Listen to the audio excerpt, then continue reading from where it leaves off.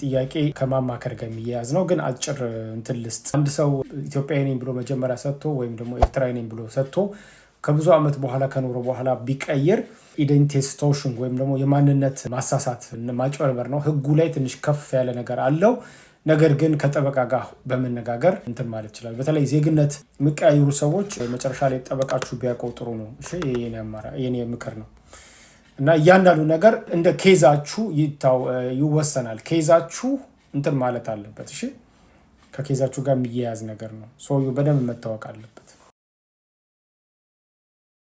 እዚህ ጋር አንድ መርሳት የሌለባችሁ ነገር እኔ ከጠበቃዎች ጋር ያለው ነገር ነው የምነግራችሁ ጠበቆች ምንድን ነው ሶ ኢትዮጵያ ውስጥ ለምሳሌ አንድ ሰው ባችለር ዲግሪ ይዟል ለምሳሌ በአካውንቲንግ ወይም በኢኮኖሚክስ በህግ ባችለር ዲግሪ አለው አዞ ይሄኛው ዲግሪ ግን ማለት ነው ከአዙል ፈርፋሩም ጋር ወይም ደግሞ ከጥገኝነት ጥያቄው ጋር ማለት ነው ዳይሬክትሊ የሆነ እንትን የለውም ምክንያቱም ሰውየው ለትምህርት አይደለም የመጣው ሰውየው አፕላይ የሚያደርገው ይሄ የሥራ ማስታወቂያ አይደለም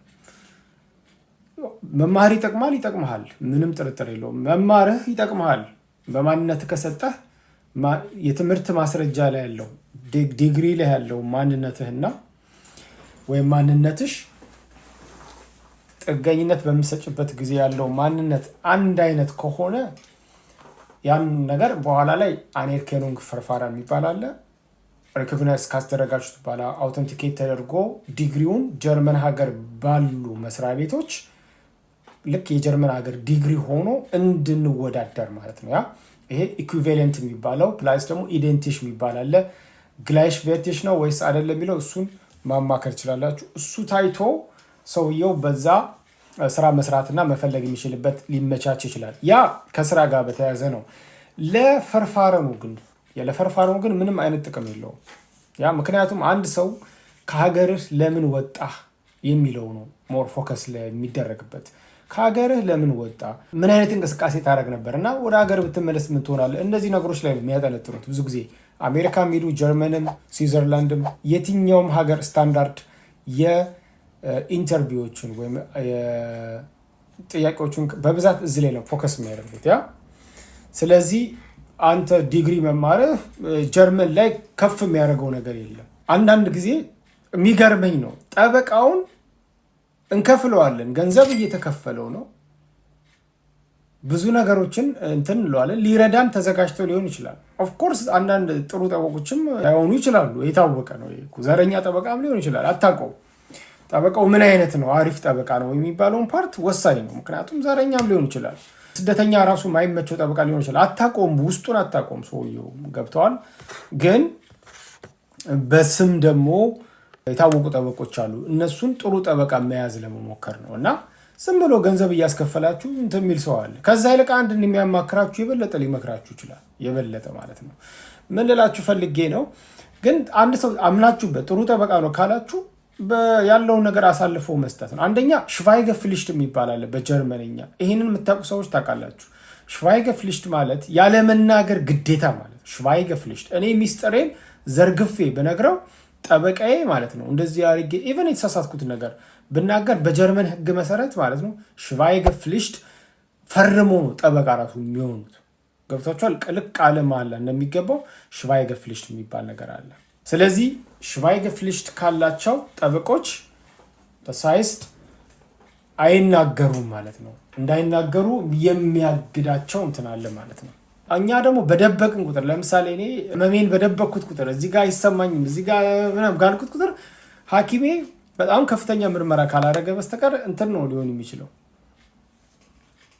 ያረን አያውቀውማ ምክንያቱም ደብቄበታለሁ ገናው ዞ ስለዚህ ጉዳዮቻችንንም ስናስረዳ እንደዛው ነው ሽቫይገፍሊሽት ማለት አንቫልቱ አሁን ለምሳሌ አንዳንድ ሶሻል ወርከሮች ማለት ነው ያ በስራም እኔ ስለማውቀው ነው ሶሻል ወርክ ላይ ስትሰሩ የምታውቁ ሰዎች ካምፕ ምናምን እንደኔ ሰራችሁ ሰዎች ካላችሁ ሶሻል አርባይተሩ አንዳንድ ጊዜ ሽቫይገፍሊሽት ሊፈርም ይችላል ያለ መናገር ምናምን ኦኬ እዚህ ጋር ደግሞ እኛ አይደለም የምናስፈርመው ጠበቃው ኦኬ ጠበቃው ራሱ ይሄንን ፈርሞ ነው ጠበቃ የሚሆነው ነው ሽቫይገፍሊሽት ለእናንተ አይደለም ኩንሽ አይንትሰል ለእያንዳንዱ ክላይንት አይደለም ለሁሉም ሰው ነው ጠበቃ ሲሆን ቃለ መሃላ እንደሚገባው ሽቫይገርፕፍሊcht የሚባል አለ።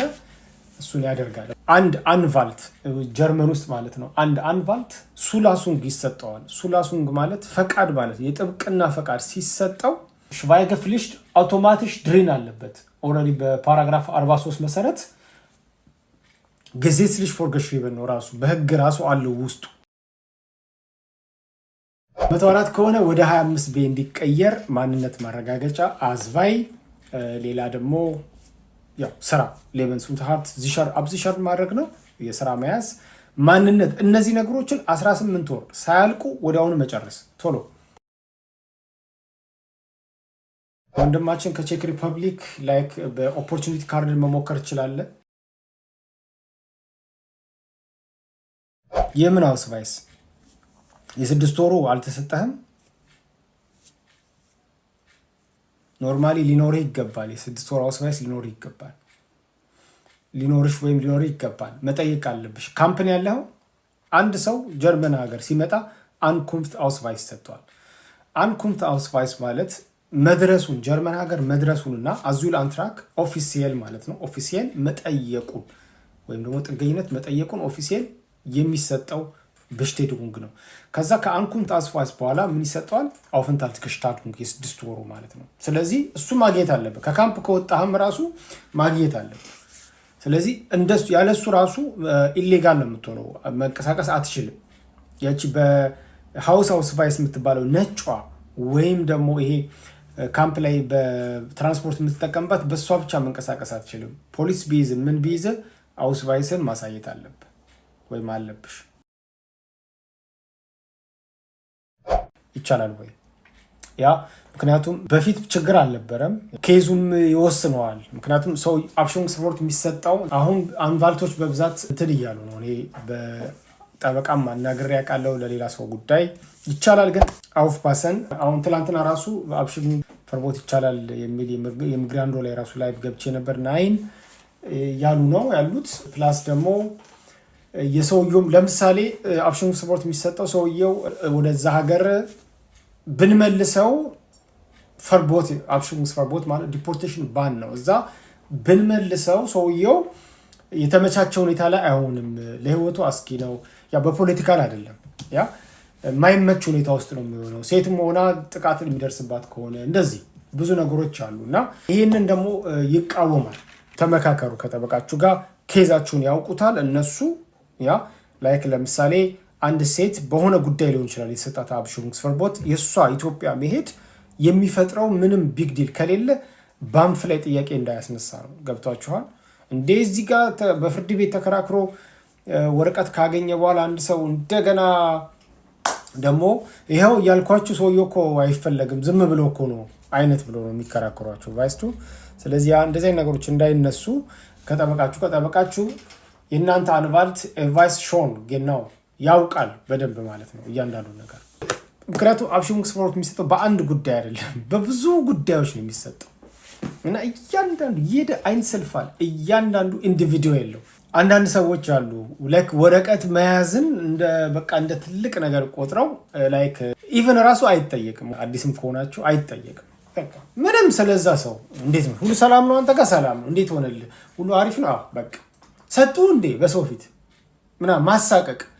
ወረቀት ሰጡ እንዴ ሰውየው በስንት መከራ የመጣ ሰውዬ በስንት ነገር ውስጥ ያለፈ ሰውዬ ሆነ በሰው ፊት ማሳቀቅ ባይኖረው እንደገና ሰጡ ተቀበሉ ምናምን የሚል ሰው አለ። በጣም ነውር ነው፣ አይጠየቅም።